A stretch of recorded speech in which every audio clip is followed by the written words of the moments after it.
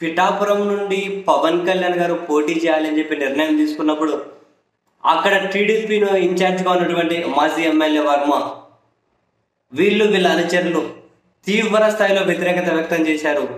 English త్రాకులు ఎదుర్కొని ఎదవా ఇక్కడికి వచ్చి ఏం చేస్తామన్న వ్యాఖ్యలు కూడా ఎంత వైరల్ అయ్యాయో మనం చూసాం.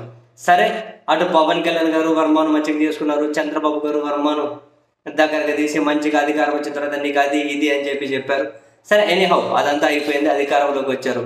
అధికారంలోకి వచ్చిన తర్వాత అసలు చుక్కలు చూపెట్టడం ఏంటో వర్మకి అక్కడ పవన్ కళ్యాణ్ అన్న నాగబాబు సంపూర్ణ సహకారంతో జనసేన పార్టీకి సంబంధించిన వాళ్ళు పిఠాపురంలో పట్టపగలే వర్మకు చుక్కలు చూపెడుతూ ఉన్నారు.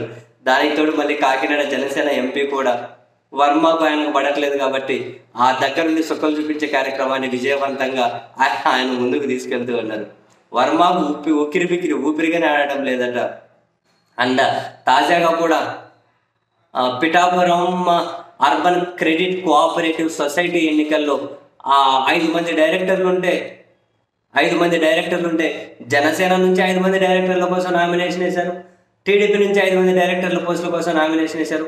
సరే, ఇటువంటి ఎన్నికలన్నీ కూడా అధికారంలో ఉన్న వాళ్ళకే నడిచిపోతూ ఉంటాయి కాబట్టి ఇవన్నీ వైఎస్ఆర్ కాంగ్రెస్ పార్టీ కూడా పెద్ద సీరియస్గా తీసుకోలేదు. వాళ్ళ పార్టీ తరఫున ఒకరేమో వేసినట్టున్నారు ఆ డైరెక్టర్ కోసం, ఒకరేమో పోటీ చేసినట్టున్నారు. అయితే ఇప్పుడు టీడీపీ జనసేన ఇద్దరు ఒకరికొకరు పోటీ పడి నామినేషన్లు వేసేసరికి 5 డైరెక్టర్ల కోసం ఇటు సైడ్ 5 అటు సైడ్ 5. ఇంకా తెలుగుదేశం జనసేన పార్టీ నేతలు ఆ జిల్లా చుట్టుపక్కల జిల్లా పెద్ద మనుషులందరూ వాళ్ళని కూర్చోబెట్టి మనం కూటమిలో కత్తులు నూరుకుంటే బాగోదు అని చెప్పి జనసేన పార్టీకి 3 డైరెక్టర్ల పోస్టు, టీడీపీకి 2 డైరెక్టర్ల పోస్టులు అని చెప్పి ఒక పంచాయతీ సెటిల్ చేసుకొని చైర్మన్ అక్కడేమో ఆ సొసైటీ చైర్మన్ ఏమో జనసేనకి, వైస్ చైర్మన్ ఏమో టీడీపీకి ఇచ్చే విధంగా ఒక పంచాయతీ చేసుకున్నారు.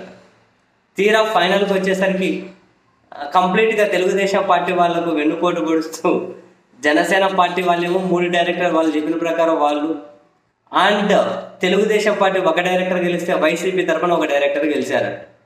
అండ్ చైర్మన్ జనసేన వాళ్ళేనట, వైస్ చైర్మన్ జనసేన వాళ్ళేనట. సో వర్మ గ్రూప్కి ఏమో 2 డైరెక్టర్లు ఇస్తాము, ఒక వైస్ చైర్మన్ ఇస్తామని చెప్పి వైస్ చైర్మన్ ఇవ్వకుండా వెన్నుపోటు, ఒకరే డైరెక్టరు మిగతా దానికి సహకరించకుండా అట్లా వెన్నుపోటు పొడిచారని వర్మ వర్గం రగిలిపోతుందట. సో రగిలిపోయి వాళ్ళు చేసేది ఏముంది, పిసుకోవడమే అని చెప్పి అక్కడ జనసేనకు సంబంధించిన వాళ్ళైతే పంచులేస్తూ ఉన్నారు. రగిలిపోయి చేసేది ఏముంది, పిసుకోవడమే అని. సో మొత్తం మీద అయితే వర్మ తను ఎక్కడైతే తన సొంత నియోజకవర్గం ఉందో సొంత నియోజకవర్గంలో సొంత క్యాడర్ మధ్య తీవ్ర అవమానాల పాలు సొంత ప్రభుత్వంలోనే ఎదుర్కోవాల్సి ఉంటుంది.